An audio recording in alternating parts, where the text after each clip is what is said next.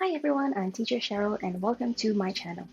In today's lesson, we are going to be focusing on something called Subject-Verb Agreement. This is an area that many of my students struggle with. You will definitely lose language marks if you make any Subject-Verb Agreement or SVA errors in your writing. So today we'll be looking at a very simple SVA rule that you can use to apply to all your sentences to ensure that you're writing accurate sentences. First of all, you will need to know what a subject of a sentence is. So a subject of a sentence is a person, place, or thing that is performing the action. Basically, it's the who or what the sentence is about. So take a look at this example. The baby sleeps in the cot. So who or what is the sentence about? The sentence is about the baby. Therefore, we know that the main subject of this sentence is the baby. And what is a verb? So a verb is an action or a state of being. It basically tells us what the subject is doing.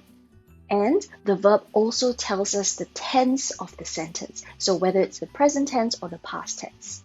Take a look at the same sentence again. The baby sleeps in the cot. So we already know that the subject is the baby, and the action in this sentence is sleeps because it tells us what the baby is doing. If you would like a more detailed explanation of what a complete sentence is, do watch my other video where I show you how to make an accurate, complete sentence. I'll leave a link in the description box below for you.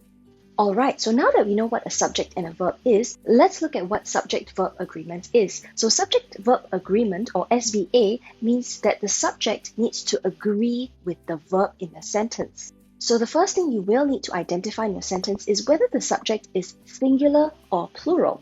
Singular means that there's only one thing, and plural means that there's more than one thing. So going back to the same sentence, the baby sleeps in the cot. So the baby is our subject and there's only one baby, right? So therefore we know that it's a singular subject. So once we've identified whether the subject is singular or plural, we can look at the simple SVA rule that we can use to apply to every sentence. Let's take a look at singular first. So singular refers to only one thing. If your subject is singular, your verb needs to have an S, and that is the basic SVA rule. So the rule will look something like this: your singular subject plus a verb with an S. Now, if your subject is plural, we know that plural refers to more than one thing, then your verb should not have an S. So the SVA rule will look something like this: a plural subject plus a verb with no S. So let's go back to the same sentence, the baby sleeps in the cot. We have already established that the baby is a singular subject. So remember the rule, if we have a singular subject, the verb should have an S. Now in this sentence, the baby sleeps, the verb has an S, therefore this sentence is correct. There is no SVA error in this sentence. So let's try a few sentences as practice. So again, this is the SVA rule. If you have a singular subject, the verb should have an S. If you have a plural subject, the verb should not have an S. So these are the two sentences. What I'd like you to do is pause the video now, read through the two sentences, and try to identify the SVA errors. Then post your answers in the comment box below.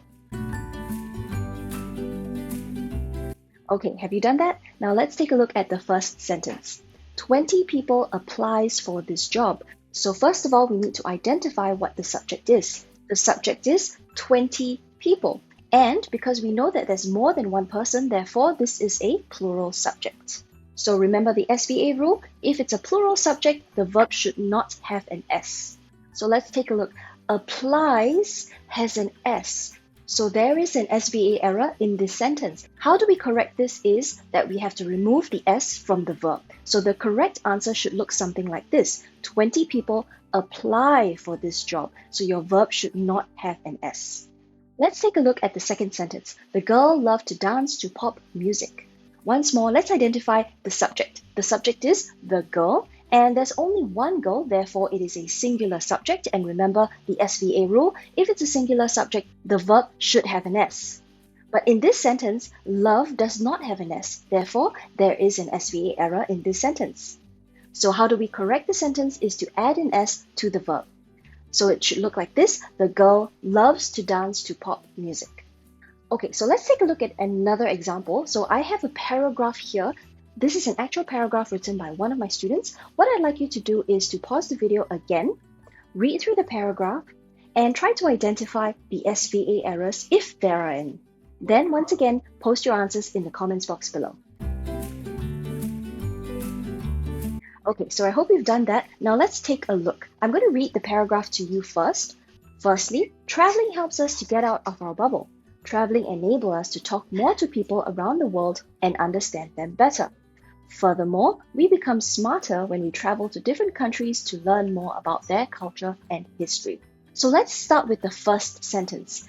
Firstly, traveling helps us to get out of our bubble. So the subject in the sentence is traveling. Traveling here is considered a singular subject because it's one entity on its own. So what is the verb in the sentence? It is helps. So remember the SVA rule, if it's a singular subject, the verb needs to have an S. So let's see, traveling helps, and the verb helps has an S. Therefore, this sentence is correct. There is no SVA error. Let's move on to the second sentence. Traveling enables us to talk more to people around the world. So the subject here again is traveling, and we've already established that traveling is a singular subject. The verb in the sentence is enable. So going back to the rule, a singular subject needs a verb with an S. So enable doesn't have an S, therefore there is an error here. How do we correct that is we add an S to the word enable. Let's move on to the third one. So the third sentence is, furthermore, we become smarter.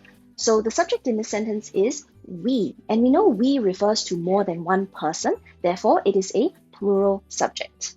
The verb in the sentence is becomes.